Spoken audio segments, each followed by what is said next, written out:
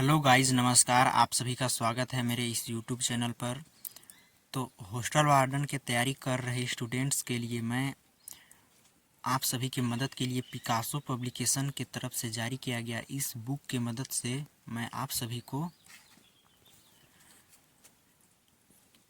छात्रावास अधीक्षक में आए पाठ्यक्रमों को कवर करूंगा। तो आइए आज देखते हैं कंप्यूटर संबंधी सामान्य ज्ञान, जिसमें से 50 अंक के प्रश्न आने वाले हैं। इन प्रश्नों और इनके अंतर्गत दिए सभी पाठ्यक्रमों के बारे में जानते हैं। तो आइए कंप्यूटर संबंधी सामान्य ज्ञान के पहले चैप्टर पर आज चर्चा करते हैं। तो छात्रावास अधीक्षक के कंप्यूटर संबंधी सामान्य ज्ञान में पहले चैप्टर में दिया गया है कंप्यूटर का परिचय, इंट्रोडक्शन ऑफ कंप्यूटर। कंप्यूटर शब्द की उत्पत्ति ग्रीक भाषा के शब्द कंप्यूट से हुई है, जिसका अर्थ है गणना करना। कंप्यूटर शब्द को हिंदी में संगणक कहा जाता है।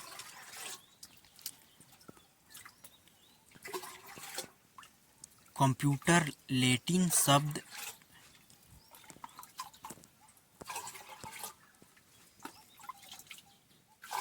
प्यूटेयर से आया है, जिसका अर्थ है टू थिंक, टू प्रून शब्द। कंप्यूटर एक स्वचालित इलेक्ट्रॉनिक मशीन है जो अनेक प्रकार की तर्कपूर्ण गणनाओं के लिए प्रयोग किया जाता है। यह निर्देशों के अनुसार इनपुट डाटा का विश्लेषण तीव्र गति से करता है और कोई गलती नहीं करता है। यह आवश्यक परिणामों को निश्चित रूप से आउटपुट के रूप में निर्गत करता है। तो इस प्रकार से कंप्यूटर का परिचय दिया गया है। कंप्यूटर सिस्टम के घटक, कंपोनेंट्स ऑफ कंप्यूटर सिस्टम। किसी भी कंप्यूटर सिस्टम को मुख्यतः 3 भागों में बांटा जा सकता है। पहला भाग है हार्डवेयर, दूसरा है सॉफ्टवेयर और तीसरा है डाटा। तो आइए देखते हैं हार्डवेयर के अंतर्गत किन किन चीज़ों को रखा जाता है। तो हार्डवेयर कंप्यूटर मशीन का वह भौतिक भाग है जिसे हम देख और छू कर महसूस कर सकते हैं, हार्डवेयर कहलाता है, यानी हम जिसे टच कर सकते हैं। तो जैसे monitor, CPU, keyboard, mouse, printer, hard disk drive, motherboard, processor, speaker आदि। तो आप सभी जिन चीज़ों को छू सकते हैं और छू कर महसूस कर सकते हैं उसे हार्डवेयर कहते हैं। तो कंप्यूटर सिस्टम के पहले घटक हार्डवेयर के अंतर्गत इन सभी एग्जाम्पलों को याद करने का विशेष प्रयास करेंगे। Monitor, CPU, keyboard, mouse, printer, hard disk drive, motherboard, processor, speaker etc. और सेकेंड जो दिया गया है वो है सॉफ्टवेयर। तो आइए सॉफ्टवेयर के बारे में जानते हैं। ये हो गया हार्डवेयर। अब जानते हैं सॉफ्टवेयर के बारे में। सॉफ्टवेयर तो आप सामान्य सी बात आप सोच सकते हैं। सॉफ्टवेयर अनुदेशों और प्रोग्रामों का समूह जो कंप्यूटर को यह बतलाता है कि उसे क्या और कैसे करना है, सॉफ्टवेयर कहलाता है। यानी कंप्यूटर का हार्डवेयर सॉफ्टवेयर के अनुदेशों के अनुसार ही काम करता है। कहने का मतलब यह है कि सॉफ्टवेयर के आदेश का पालन करके ही हार्डवेयर काम करता है। जैसे हम कंप्यूटर के अंदर से प्रिंट का कमांड देते हैं तो हमारा प्रिंटर किसी भी डाटा को प्रिंट करता है। तो हम कह सकते हैं कि कंप्यूटर का हार्डवेयर, यहाँ सॉफ्टवेयर से हम प्रिंट का कमांड दिए तो हार्डवेयर हमारा प्रिंट किया। तो इस प्रकार से कंप्यूटर का हार्डवेयर सॉफ्टवेयर के अनुदेशों के अनुसार ही काम करता है। और दूसरा, एक ही हार्डवेयर अलग अलग सॉफ्टवेयर के अनुदेशों के अनुसार ही काम करता है। सॉफ्टवेयर को हम छू नहीं सकते और न ही भौतिक रूप में देख सकते हैं, उसे केवल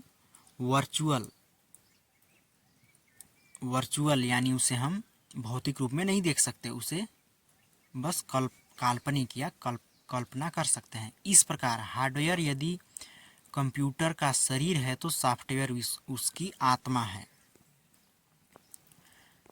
तो ये हो गया सॉफ्टवेयर।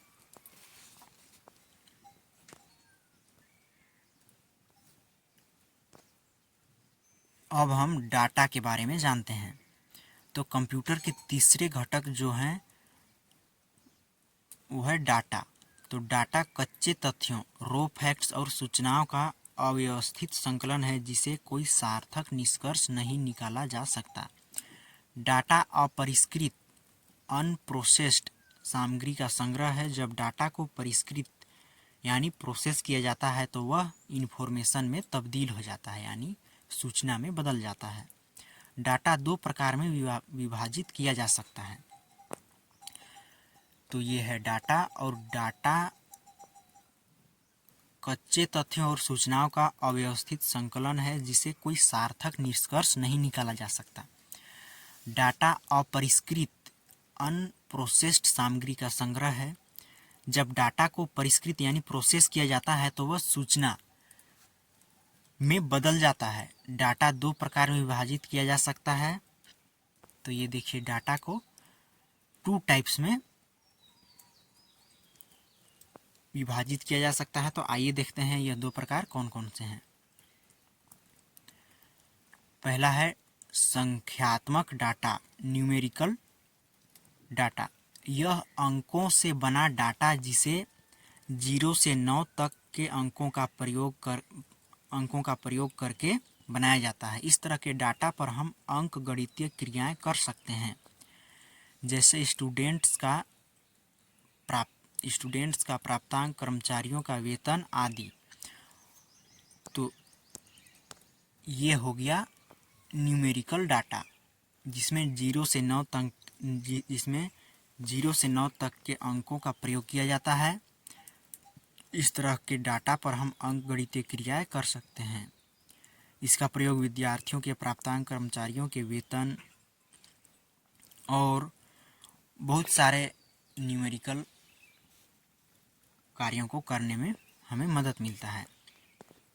तो और दूसरा देखिए, चिन्हात्मक डाटा, अल्फा न्यूमेरिकल डाटा। इसमें अक्षरों, अंकों तथा चिन्हों का प्रयोग किया जाता है।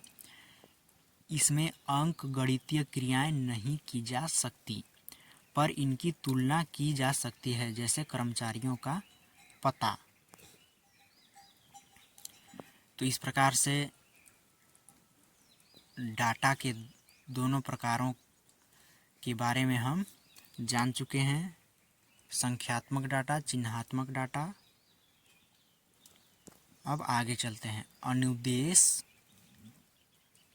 अनुदेश। तो यहाँ हम अनुदेश के बारे में जानेंगे। इंस्ट्रक्शन जिसे इंग्लिश में कहते हैं, अनुदेश। कंप्यूटर का कोई कार्य करने के लिए दिए गए आदेश या कमांड को अनुदेश कहा जाता है। तो इस प्रकार से अनुदेश को परिभाषित कर सकते हैं। और दूसरा है प्रोग्राम। तो प्रोग्राम हम किसे कहेंगे? प्रोग्राम कंप्यूटर को दिए जाने वाले कमांड के समूह को प्रोग्राम कहा जाता है। कंप्यूटर को दिए जाने वाले अनुदेशों के समूह को प्रोग्राम कहा जाता है। और तीसरा है सॉफ्टवेयर। प्रोग्रामों के समुच्चय को, जो कंप्यूटर के विभिन्न कार्य के सफल क्रियान्वयन के लिए उत्तरदायी होता है, सॉफ्टवेयर कहा जाता है। यानी हम एक उदाहरण से समझते हैं। जैसे कंप्यूटर को कार्य करने के लिए दिए गए कमांड को अनुदेश कहा जाता है, इंस्ट्रक्शन कहा जाता है। और कंप्यूटर को दिए जाने वाले कमांड के समूह को प्रोग्राम कहा जाता है। यानी प्रिंट का जो, जैसे हम एक पेपर में किसी डाटा को प्रिंट करने से संबंधित एक उदाहरण लेते हैं। तो जैसे हम उस डाटा को प्रिंट करने का कमांड देते हैं तो वह अनुदेश कहलाएगा, और कंप्यूटर को दिए जाने वाले कमांड के समूह को प्रोग्राम कहा जाता है। और प्रिंट कमांड यानी जो प्रिंट करने का प्रोग्राम कंप्यूटर में सेट रहता है उसके समूह को हम प्रोग्राम कहेंगे। और तीसरा सॉफ्टवेयर, प्रोग्राम के समुच्चय को यानी प्रोग्रामों के सेट को या समूह को जो कंप्यूटर के विभिन्न कार्य के सफल क्रियान्वयन के लिए उत्तरदायी होता है। यानी प्रिंट करने के लिए, उसको पीडीएफ बनाने के लिए और बहुत सारे कार्य जो कंप्यूटर के अंदर होते हैं उसे हम सॉफ्टवेयर की मदद से कर पाते हैं, तो उसे सॉफ्टवेयर कहा जाता है। अब आगे हम देखते हैं कंप्यूटर की कार्य प्रणाली। कंप्यूटर के द्वारा निम्नलिखित 4 कार्य किया जा सकता है। कंप्यूटर के द्वारा निम्नलिखित 4 कार्य लिए जा सकते हैं। डाटा इनपुट, कंप्यूटर को दी गई जानकारी। दूसरा, डाटा प्रोसेसिंग, निर्देशों को एग्जीक्यूट करना, क्रियान्वयन करना। तीसरा, डाटा स्टोरेज, डाटा व प्रोग्राम को स्थायी रूप से स्टोर रखना। और चौथा है डाटा आउटपुट, कंप्यूटर से ली गई जानकारी। तो इस प्रकार से कंप्यूटर की कार्य प्रणाली 4 चरणों में समाप्त होता है। पहला इनपुट, उसके बाद प्रोसेस, फिर आउटपुट और स्टोरेज। कंप्यूटर की विशेषताएं। कंप्यूटर की विशेषताएं यहाँ बहुत सारे दिए गए हैं, तो आइए क्रम से जानते हैं। स्पीड, वर्तमान समय में कंप्यूटर नैनो सेकेंड में गणनाएं कर सकता है, यानी हम जैसे ही उस पर डाटा इनपुट किए वो प्रोसेस करेगा और तुरंत हमें आउटपुट देता है। कंप्यूटर प्रोसेसर की स्पीड को हर्ट्ज से मापते हैं। कंप्यूटर प्रोसेसर की स्पीड को HZ हर्ट्ज से मापते हैं।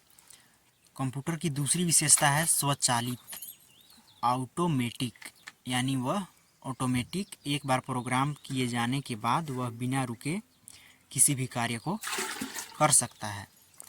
तीसरा, त्रुटि रहित कार्य, एक्यूरेसी, यानी उसमें किसी भी प्रकार की कोई त्रुटि नहीं रहती है। चौथा है विविधता, वर्सैटिलिटी। पांचवा, स्फूर्ति, एजिलिटी। छठवां, गोपनीयता, सिक्योरिटी। सातवां, तीव्र निर्णय लेने की क्षमता, क्विक डिसीजन। आठवां, विश्वसनीयता। नौवां, स्थायी भंडारण क्षमता। 10वां, विशाल भंडारण क्षमता। 11वां, भंडारित सूचना को तीव्र गति से प्राप्त करना। 12वां, पुनरावृत्ति। और 13वां है कागज रहित कार्य। आगे दिया गया है कंप्यूटर की सीमाएं। कंप्यूटर की सीमाएं, वायरस का खतरा बना रहता है। दूसरा, विद्युत पर यह निर्भर है, बिना इलेक्ट्रिसिटी के यह नहीं चल सकता। और तीसरा, खर्चीला, यह बहुत महंगा और जो सामान्य व्यक्ति के द्वारा जिसका खर्च वहन नहीं किया जा सकता, इस प्रकार के यह खर्चीला होता है। चौथा, बुद्धिहीन, इसमें सोचने समझने की क्षमता नहीं होती है। आगे देखेंगे कंप्यूटर के अनुप्रयोग। कंप्यूटर के अनुप्रयोग हम डाटा प्रोसेसिंग में करते हैं, सूचनाओं का आदान प्रदान, शिक्षा, वैज्ञानिक अनुसंधान, रेलवे एवं एयरलाइंस आरक्षण, इस प्रकार के सभी क्षेत्रों में कंप्यूटर का यूज हम करते हैं। महत्वपूर्ण तथ्य यहाँ दिए गए हैं, तो आइए इन महत्वपूर्ण तथ्यों के बारे में जानते हैं। प्रतिवर्ष 2 दिसंबर को विश्व कंप्यूटर साक्षरता दिवस मनाया जाता है। यानी पर ईयर 2 दिसंबर को विश्व कंप्यूटर साक्षरता दिवस मनाया जाता है, क्योंकि 2 दिसंबर को अमेरिकी रक्षा विभाग द्वारा ARPANET का प्रयोग किया गया था। तो इसको याद रखेंगे। यह प्रश्न में आ सकता है कि विश्व कंप्यूटर साक्षरता दिवस कब मनाया जाता है, तो उस पे हम 2 दिसंबर टिक करेंगे। और इसमें 2 प्रकार के प्रश्न बन सकते हैं। 2 दिसंबर को कंप्यूटर साक्षरता दिवस क्यों मनाया जाता है, तो यहाँ हम अमेरिकी रक्षा विभाग द्वारा ARPANET का प्रयोग किया गया था, इस पर हम टिक करेंगे। तो आगे दिया गया है, भारत में पहला कंप्यूटर भारतीय सांख्यिकी संस्थान कलकत्ता में सन 1956 में स्थापित किया गया था। भारत में पहला कंप्यूटर भारतीय सांख्यिकी संस्थान कलकत्ता में सन 1956 में स्थापित किया गया था। भारत में कंप्यूटर का प्रयोग 16 अगस्त 1986 को बेंगलुरु के प्रधान डाकघर में किया गया था, जबकि भारत का प्रथम पूर्ण कंप्यूटरीकृत डाकघर नई दिल्ली है।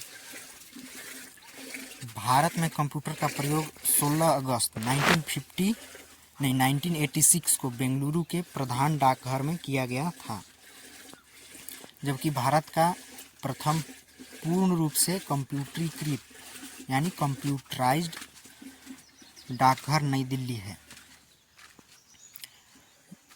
अगला जो इम्पोर्टेंट तथ्य है वो है, विश्व में सर्वाधिक कंप्यूटर संयुक्त राज्य अमेरिका में है।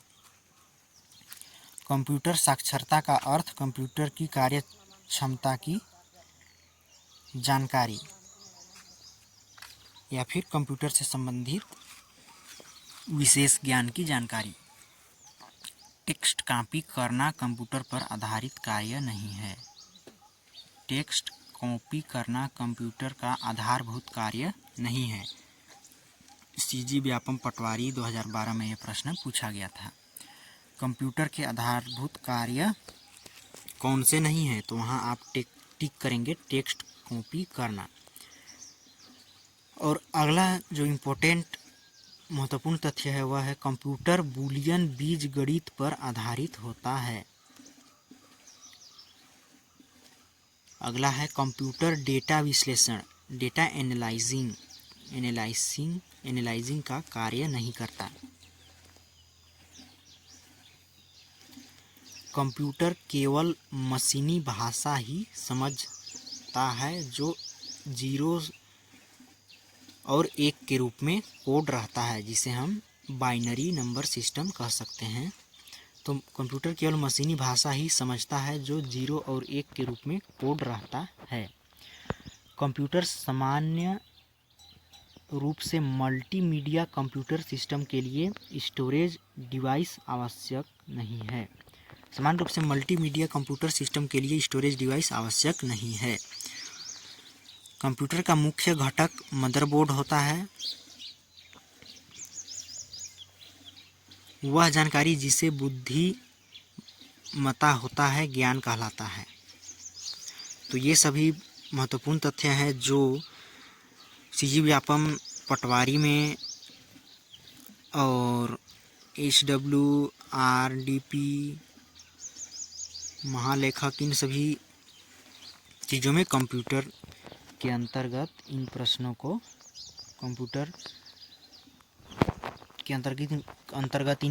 शामिल किया गया था। वह जानकारी जिसे बुद्धिमत्ता होता है ज्ञान कहलाता है। तो इस प्रकार से कंप्यूटर के पहले चैप्टर को हम समाप्त किए। अब विभिन्न प्रतियोगी परीक्षा में पूछे गए प्रश्नों के बारे में जानते हैं। कंप्यूटर का उपयोग किस क्षेत्र में कर सकते हैं, तो यहाँ ऑप्शन दिया गया है दूरसंचार, बैंकिंग, चिकित्सा, उपरोक्त सभी। तो कंप्यूटर का उपयोग हम इन सभी क्षेत्रों में कर सकते हैं। दूरसंचार में जैसे किसी को फ़ोन करना हो, किसी को मेल करना हो, तो ये दूरसंचार के अंतर्गत। बैंक से पैसा निकालना हो, उसमें पैसा जमा करना हो, और बैंकिंग में पासबुक प्रिंट करना हो, तो इस प्रकार से कंप्यूटर का बैंकिंग के क्षेत्र में भी उपयोग किया जा सकता है। और तीसरा चिकित्सा के क्षेत्र में भी कंप्यूटर का बेहतरीन उपयोग किया जाता है। तो यहाँ इस कंप्यूटर का उपयोग किस क्षेत्र में कर सकते हैं, तो इसका आंसर होगा उपरोक्त सभी, और यहाँ उत्तर में दिया गया है उपरोक्त सभी। यह सीजी व्यापम AGDO 2021 में यह प्रश्न आया था। तो ये है डी नंबर।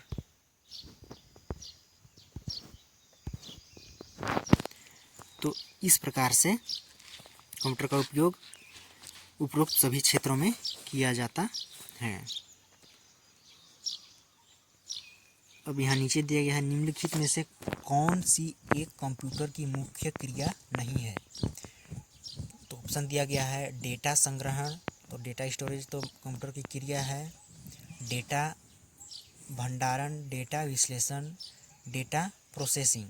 डेटा विश्लेषण कंप्यूटर का कार्य नहीं है। यहाँ ऊपर हम देखे थे, ये देखिए,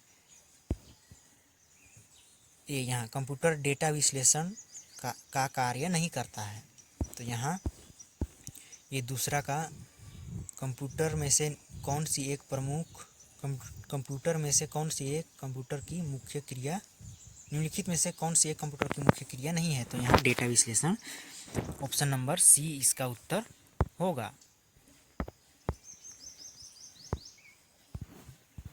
ये उसके बाद अस्पताल में कंप्यूटर का क्या उपयोग है।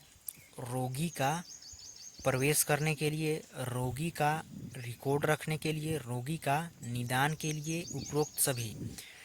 जैसे हम हॉस्पिटल में जाते हैं तो वहाँ हम सबसे पहले पंजीयन कराते हैं, तो वे कंप्यूटर की मदद से ही हमारा पंजीयन करते हैं।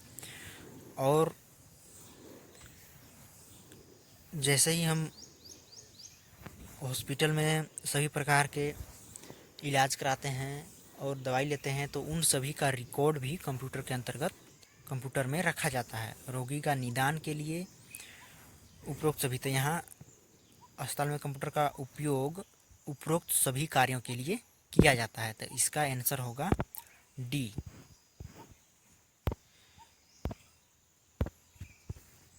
और चौथा दिया है सामान्य प्रयोजन के कंप्यूटर का उपयोग किस लिए किया जाता है। एक छोटा डाटाबेस बनाना, गणना करना है, अकाउंटिंग, उपरोक्त सभी। तो यहाँ उपरोक्त सभी। सामान्य प्रयोजन के कंप्यूटर का उपयोग किस लिए किया जाता है। तो छोटा डाटाबेस बनाने के लिए, गणना करने के लिए, अकाउंटिंग के लिए। तो इसमें भी होगा ऑप्शन नंबर डी, उपरोक्त सभी। निम्नलिखित में से कौन सा विकल्प निम्नलिखित कथनों की सत्यता का सर्वोत्तम वर्णन करता है। पहला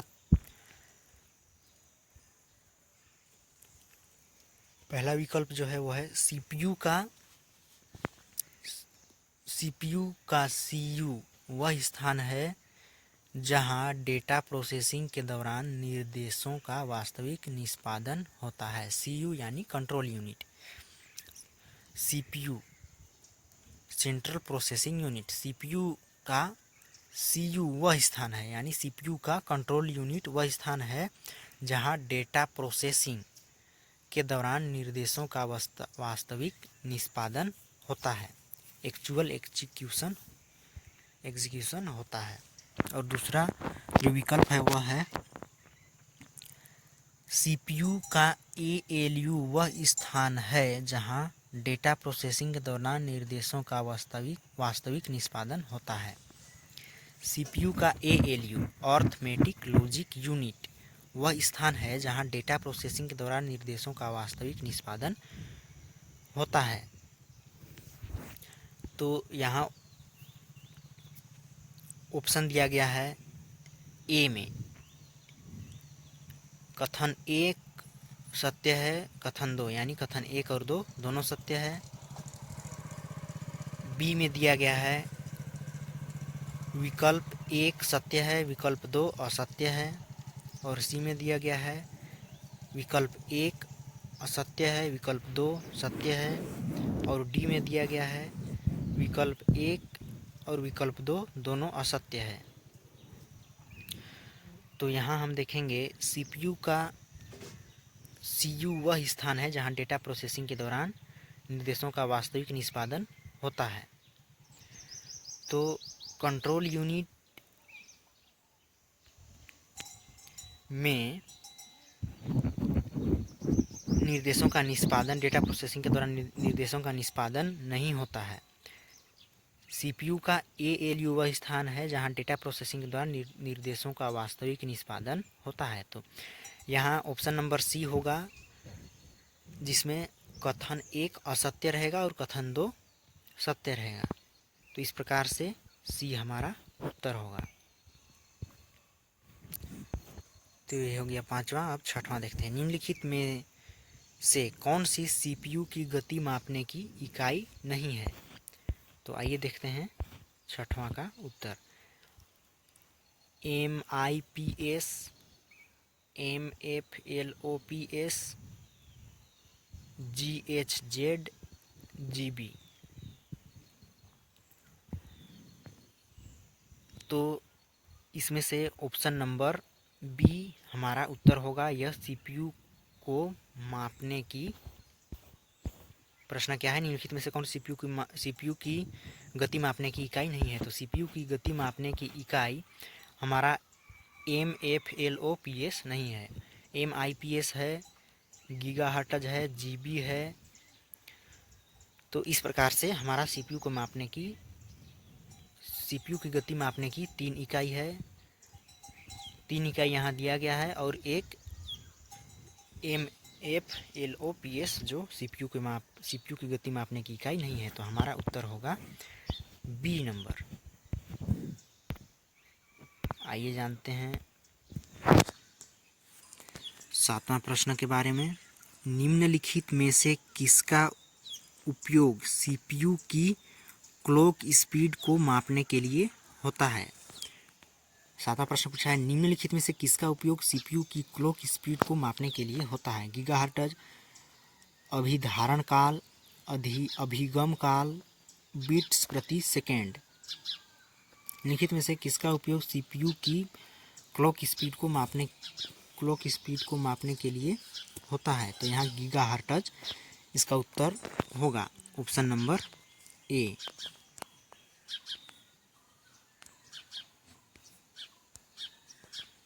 आइए जानते हैं 8वां प्रश्न के बारे में। निम्नलिखित में से कौन सा कथन असत्य है? हमें इन कथनों में से असत्य कथन को चुनना है। मदरबोर्ड कंप्यूटर सिस्टम के सभी घटकों को जोड़ने वाला मुख्य सर्किट होता है। तो मदरबोर्ड तो कंप्यूटर के सभी घटकों को जोड़ने वाला मुख्य सर्किट होता ही है। मदरबोर्ड में सभी जगह से जो इलेक्ट्रिसिटी आकर उसमें जुड़े रहते हैं। दूसरा, मदरबोर्ड एक हार्डवेयर इकाई यूनिट है। तो मदरबोर्ड एक हार्डवेयर है, यह भी सत्य है। मदरबोर्ड को माइक्रो प्रोसेसर भी कहा जाता है। तो मदरबोर्ड को माइक्रो प्रोसेसर नहीं कहा जाता है, मदरबोर्ड में माइक्रो प्रोसेसर लगा रहता है। मेमोरी सीपीयू और अन्य हार्डवेयर इकाइयाँ यूनिट्स मदरबोर्ड के माध्यम से एक दूसरे से जुड़ी रहती है। तो ये भी सत्य है। तो इसका 8वां का ऑप्शन नंबर सी असत्य होगा। मदरबोर्ड को माइक्रो प्रोसेसर भी कहा जाता है। तो मदरबोर्ड को माइक्रो प्रोसेसर नहीं कहा जाता है। तो हमारा ऑप्शन नंबर सी जो है वो असत्य है। 9वां, कंप्यूटर का मुख्य घटक कौन सा है? Monitor, hard disk, random access memory, motherboard.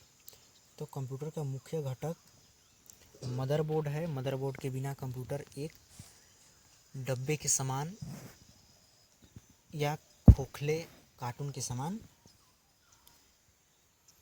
रहता है। तो कंप्यूटर का मुख्य घटक मदरबोर्ड है।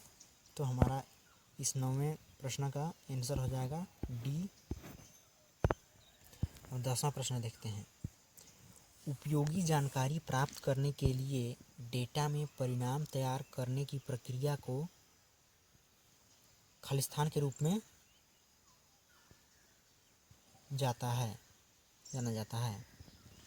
उपयोगी जानकारी प्राप्त करने के लिए डेटा में परिणाम तैयार करने की प्रक्रिया को खालिस्तान के रूप में जाना जाता है।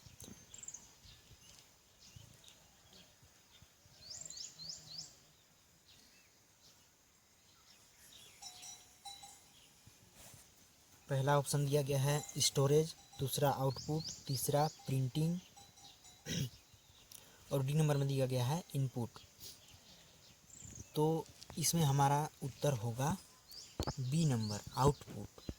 उपयोगी जानकारी प्राप्त करने के लिए डेटा में परिणाम तैयार करने की प्रक्रिया को आउटपुट के रूप में जाना जाता है। 11वां प्रश्न दिया गया है डीवीडी रोम का मानक आकार क्या है?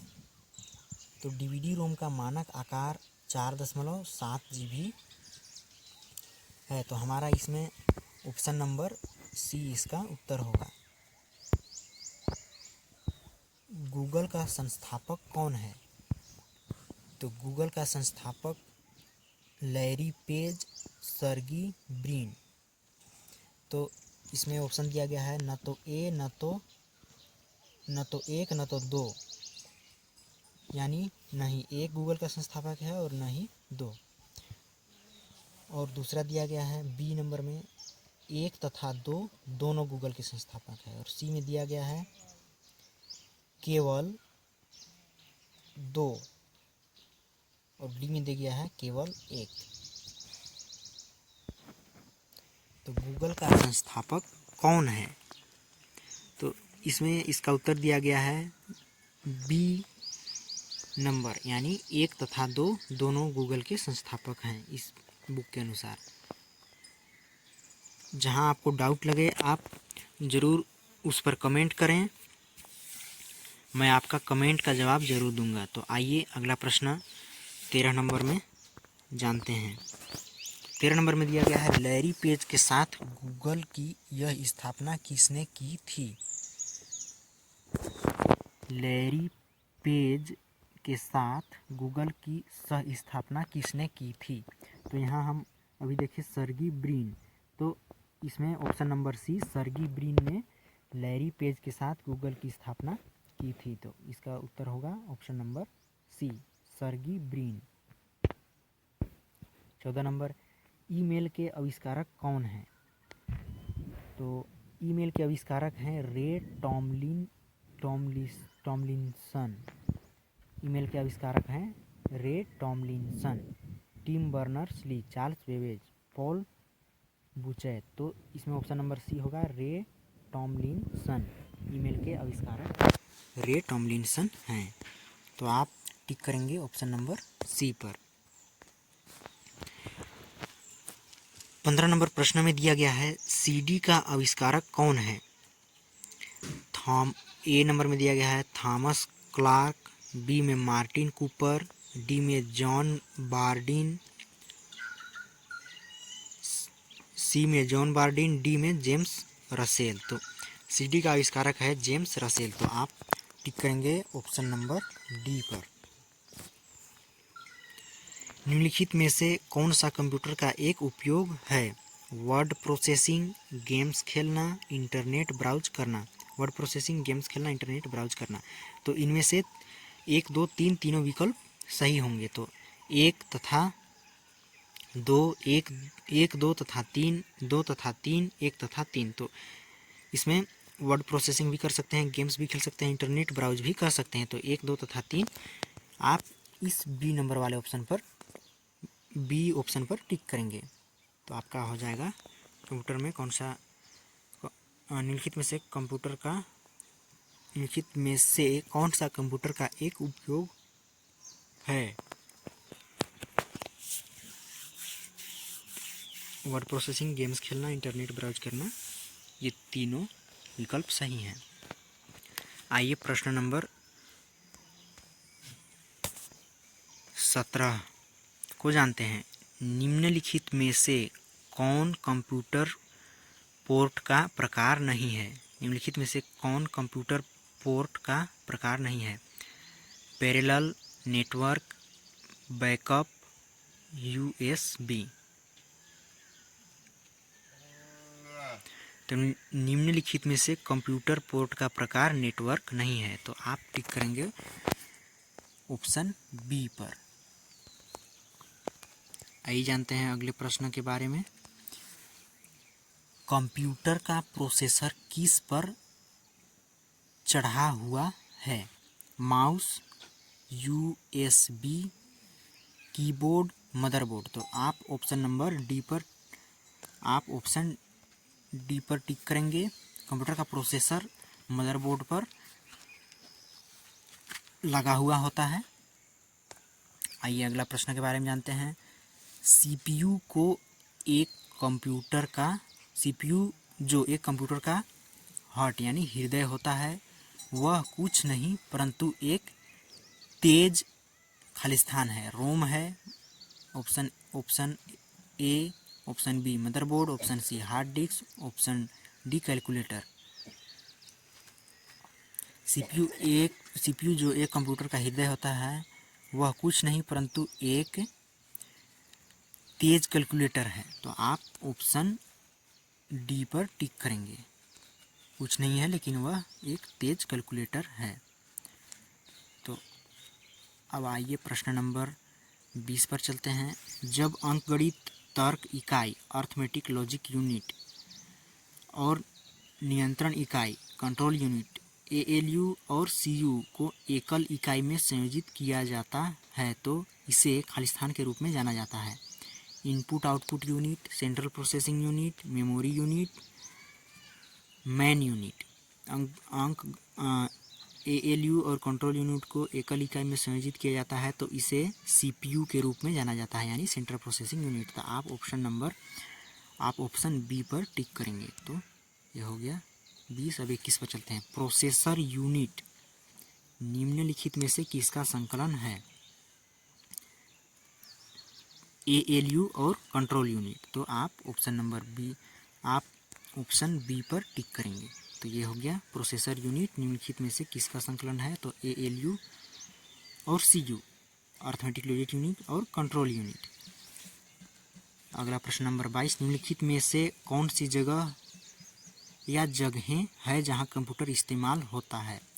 बैंक में कंप्यूटर इस्तेमाल होता है, स्कूल में होता है, कॉलेज में होता है। तो इस पे ऑप्शन नंबर 20 सत्य होगा। 1, 2 तथा 3 इस पर आप टिक करेंगे। तो कंप्यूटर इन सभी जगहों में इस्तेमाल होता है। तो इस प्रकार से कंप्यूटर का पहला चैप्टर कंप्यूटर की सामान्य जानकारी जो था वह समाप्त हुआ। कंप्यूटर का परिचय इंट्रोडक्शन ऑफ कंप्यूटर हमारा कंप्लीट हुआ। अब अगला चैप्टर हम देखते हैं कंप्यूटर की संरचना आर्किटेक्चर ऑफ कंप्यूटर। तो चैप्टर 2 में दिया गया है कंप्यूटर की संरचना आर्किटेक्चर ऑफ कंप्यूटर। कंप्यूटर के विभिन्न अवयव जहां उनके मध्य संबंध को कंप्यूटर की संरचना कहते हैं। कंप्यूटर के विभिन्न अवयव एवं उनके मध्य संबंध को कंप्यूटर की संरचना कहा जाता है, आर्किटेक्चर कहते हैं। कंप्यूटर की संरचना किसी कंप्यूटर सिस्टम की कार्यप्रणाली पर आधारित होती है, लगभग सभी कंप्यूटर के साथ समझौता करती है। यह सिस्टम के लॉजिकल संरचना को भी परिभाषित करती है। कंप्यूटर की संरचना सफल कंप्यूटर सिस्टम के निर्माण के लिए आधार है। तो कंप्यूटर की संरचना को हम अगले वीडियो में देखेंगे। तो आप ज़रूर कमेंट करें कि आपको कंप्यूटर के इस पहले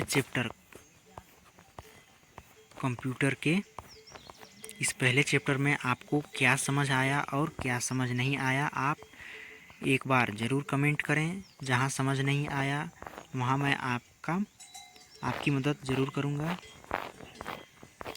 कंप्यूटर का परिचय इंट्रोडक्शन ऑफ कंप्यूटर। तो कंप्यूटर शब्द की उत्पत्ति ग्रीक भाषा के कंप्यूट से हुई है, जिसका अर्थ है गणना करना। और कंप्यूटर के घटक हार्डवेयर, सॉफ्टवेयर, डाटा। डाटा दो प्रकार के हैं, संख्यात्मक डाटा, चिन्हात्मक डाटा। और अनुदेश, प्रोग्राम, सॉफ्टवेयर, इन सभी के परिभाषा को याद रखें। कंप्यूटर की कार्यप्रणाली, data input, data processing, data storage, data output, computer की विशेषताएं, speed, automatic, accuracy, versatility, agility, security, quick decision, reliability, permanent storage, large store capacity, fast retrieval, reception, paperless work, computer की सीमाएं, वायरस का खतरा, विद्युत पर निर्भरता, खर्चीला, बुद्धिहीन कंप्यूटर के अनुप्रयोग। इस प्रकार से आप इन सभी तथ्यों को ज़रूर याद रखें और जहाँ समझ नहीं आया वहाँ एक बार ज़रूर कमेंट करें। तो सेकेंड चैप्टर अगले वीडियो में कवर करते हैं। तब तक के लिए आप इस कंप्यूटर के सिलेबस के पहले चैप्टर को कवर करें। तो थैंक्स गाइज, मिलते हैं नेक्स्ट वीडियो में। तब तक के लिए नमस्कार।